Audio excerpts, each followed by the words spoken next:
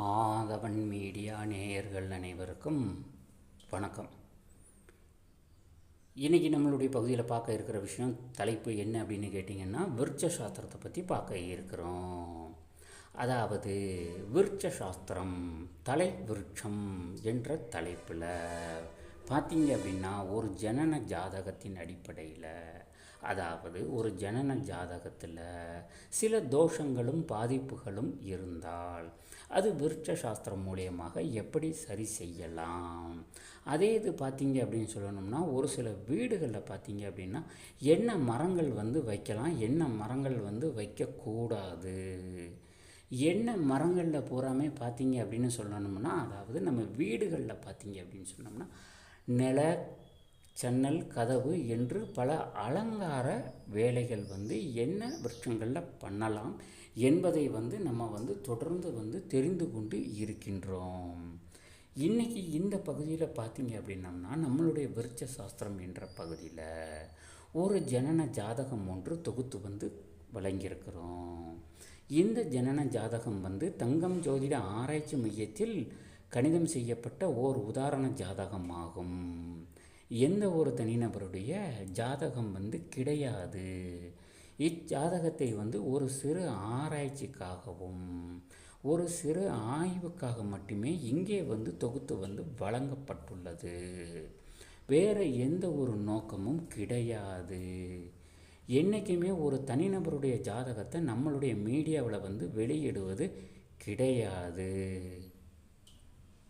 இந்த ஜனன ஜாதகத்தில், அதாவது ஒருவருக்கு ஜனன ஜாதகம் இந்த அமைப்புகளில் இருந்தால் அவருக்கு பார்த்தீங்க அப்படின்னா லைஃப்களில் பார்த்தீங்க அப்படின்னா பல விதமான எதிர்ப்புகள். திருமணம் என்பது கால தாமதமின்றிய திருமணம், தாமதமான படிப்பு, அதாவது கல்வி மந்தம், உடலில் பார்த்தீங்க அப்படின்னா உபாதைகள், இப்படி பார்த்தீங்க அப்படின்னா பல பிரச்சனைகள் அவருடைய வாழ்க்கையில் இருந்து கொண்டே இருக்கும். அப்போ ஒரு சில ஜனன ஜாதக அடிப்படையில் இந்த மாதிரி இருந்தால் அதுக்கு என்ன பரிகாரங்கள் பண்ணலாம், என்ன பரிகாரங்கள் செய்வதன் மூலியமாக அந்த தோஷம் என்பது நிவர்த்திப்பட்டு அவர்களுக்கு லைஃப்பில் நல்ல ஒரு முன்னேற்றம் கிடைக்கும் என்று விருட்ச சாஸ்திரம் சொல்கிறது. இப்போ பார்த்தீங்க அப்படின்னம்னா, இந்த நிகழ்ச்சியில் தொகுத்து வழங்கப்பட்டிருக்கும் ஜனன ஜாதகத்திற்கு இப்படிப்பட்ட பலன்கள் எல்லாமே நடக்கும். அப்போ இவங்களுக்கு படிப்பு தடையாக இருக்குது, திருமணம் என்பது தடையாக இருக்குது, தொழில் என்பது தடையாக இருக்குது, உடலில் உபாதை என்பது இவருக்கு இருக்குது. இதை நம்மளுடைய விருட்ச சாஸ்திர அடிப்படையில் இந்த தோஷங்களுக்கு எளிய பரிகாரம் எப்படி செய்தால் இது சரியான முறையாகவும் சரியாக சாத்தியப்படும் என்பதை பார்க்க இருக்கிறோம். இப்போ ஒருவருடைய ஜனன ஜாதகம் இந்த அமைப்புகளில் இருந்து அவர்களுக்கு இன்ன பாதிப்புகள்லாம் இருந்தால், இப்போ பார்த்தீங்க அப்படின்னு சொல்லணும்னா 12 ராசிகள், அதாவது 27 நட்சத்திரம், 12 ராசிகள், 12 லக்னம், 9 கிரகம், ஒவ்வொரு கிரகங்களுக்கும் ஒவ்வொரு வீடு ஆட்சி வீடு உச்ச வீடாக ஆகும். எப்படி? அதில் ராகு கேதுக்கு மட்டும் என்றைக்கும் வீடுகள் என்பது கிடையாது. அப்போ பார்த்தீங்க அப்படின்னா கோச்சார அடிப்படையில் குரு பெயர்ச்சி, சனி பெயர்ச்சி, ராகு கேது பெயர்ச்சி உட்பட 9 கிரகங்களும் பெயர்ச்சி பெறுவது உண்டு. ஒரு ராசிகளில் இருந்து இன்னொரு ராசிக்கு அந்த கிரகம் பெயர்ச்சி ஆகும் பொழுது அது குரு பெயர்ச்சி, சனி பெயர்ச்சி என்று சொல்வதுண்டு. அப்படி பார்த்திங்கன்னா இந்த ஜனன ஜாதகத்தில் ஒரு ராசியில் இருந்து இன்னொரு ராசிக்கு செவ்வாய் பகவான் செல்வார். பார்த்தீங்க அப்படின்னா செவ்வாய்க்கு ஆட்சி வீடும் உண்டு, உச்ச வீடும் என்பது உண்டு.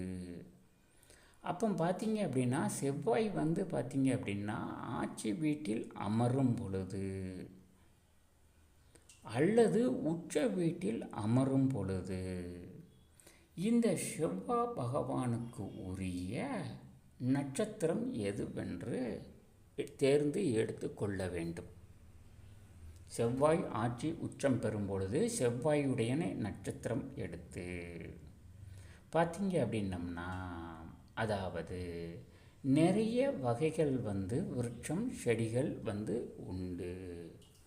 அதில் பார்த்தீங்க அப்படின்னு சொல்லணும்னா, அதாவது ஒருவருடைய ஜனன ஜாதகத்தில் இந்த மாதிரி தோஷங்கள் இருந்து இந்த மாதிரி ஜனன ஜாதகம் அமைந்து அவர்களுக்கு பலவிதமான எதிர்ப்புகள் தாமதங்கள் லைஃப்புகளில் இருந்தால் மட்டுமே இப்பரிகாரம் சாத்தியமாகும். அப்போ பார்த்தீங்க அப்படின்னா, செவ்வாய் ஆட்சி உச்சம் பெறும் ராசிகளில் அன்றைய பார்த்தீங்க அப்படின்னு சொன்னோம்னா தினத்தில் செவ்வாயுடைய நட்சத்திரத்தன்று பார்த்தீங்க அப்படின்னு சொல்லணும்னா, அதாவது செடிகளில் அதாவது நர்சரிகளில் பார்த்தீங்க அப்படின்னா மஞ்சரளி, செவ்வரளி அப்படின்னு பார்த்தீங்க அப்படின்னா, அரளிலே பார்த்தீங்க அப்படின்னா பூக்களில் நிறைய வித்தியாசங்கள்லாம் பெயர்கள்லாம் உண்டு. அதில் பார்த்தீங்க அப்படின்னு சொல்லணும்னா, அதாவது அரளிப்பூவில், அதாவது அரளி செடிகளில் ஒரு அரளிப்பூ சிகப்பு கலரில் பூக்கக்கூடிய அரளிப்பூ, அதாவது பார்த்தீங்க அப்படின்னா ஆக்ரோஷம் உள்ள தேவதை அம்மன் கோவிலில் பிரதிஷ்டை பண்ணணும். எப்படி ஆக்ரோஷம் உள்ள தேவதை அப்படின்னு சொன்னால் அது பார்த்தீங்க அப்படின்னா காளி அம்மன் கோவில் ஆகும்.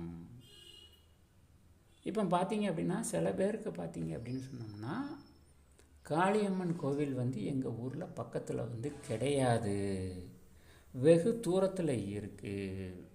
அப்போ பார்த்தீங்க அப்படின்னா உங்களுடைய வீட்களில் பார்த்தீங்க அப்படின்னா முன்பகுதியில் மரத்தை நடலாம். ஆனால் பார்த்தீங்க அப்படின்னா பூமியில் பிரதிஷ்டை பண்ணலாம். ஆனால் என்றைக்குமே வீட்டுக்கு முன்னாடி பிரதிஷ்டை பண்ணக்கூடாது. வீட்டுக்கு பின்புறமாக இடம் இருந்தால் பார்த்தீங்க அப்படின்னா இந்த செவ்வாய் ஆட்சி உச்சம் பெறக்கூடிய, அதாவது செவ்வாய் பகவான் ஆட்சி உச்சம் பெறக்கூடிய நாட்களில் அந்த டைங்களில் செவ்வாயோட நட்சத்திரங்களில் இந்த செவ்வரளி செடியை பூமியில் பிரதிஷ்டை பண்ணணும்.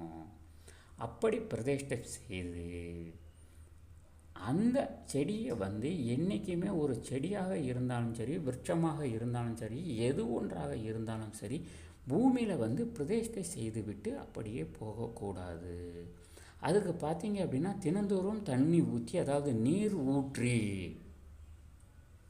தினந்தோறும் நீர் ஊற்றி அந்த செடிகளை பார்த்தீங்க அப்படின்னா நல்லா பராமரிக்கணும். அப்போது இந்த நட்சத்திரம் இந்த செவ்வாய் பகவான் ஆட்சி உச்சம் பெறும் நாட்களில் நீங்கள் பூமியில் பிரதிஷ்டை செய்யும் பொழுது ஜனன ஜாதக அடிப்படையில் இந்த மாதிரி தோஷங்கள் இருந்தவங்களுக்கு அத்தோஷங்கள் விலகி வாழ்க்கையில் கொஞ்சம் வெற்றி கிடைக்கும் என சுருக்கமாக சொல்லலாம். அதே நேரத்தில் பார்த்தீங்க அப்படின்னம்னா இது சிவாலயங்களில் பிரதிஷ்டை பண்ணலாமான்னு பார்த்தீங்கன்னா அங்கு பிரதிஷ்டை பண்ணக்கூடாது. அதாவது ஆக்ரோஷமுள்ள தேவதை அம்பாள் கோயிலில் பார்த்தீங்க அப்படின்னா பிரதிஷ்டை செய்யலாம்.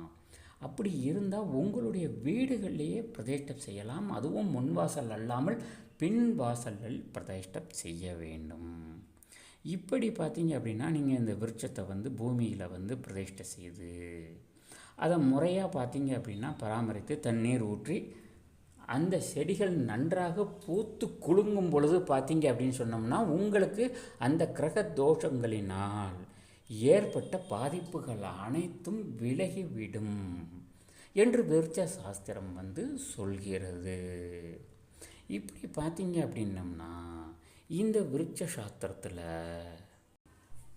இன்னும் தொகுத்து வழங்க வேண்டிய விஷயங்கள் நிறைய இருக்கின்றன. ஒவ்வொரு ஜனன ஜாதகத்திலையும் ஒவ்வொரு தோஷங்களினால் ஏற்பட்டு இருந்தால் அவர்களுக்கு பார்த்தீங்க அப்படின்னா விருட்ச சாஸ்திரம் மூலம் எளிய பரிகாரம் என்பது செய்து தீர்வு காணலாம். நேயர்கள் அனைவரும் தொடர்ந்து நிகழ்ச்சியை பாருங்கள். நன்றி, வணக்கம்.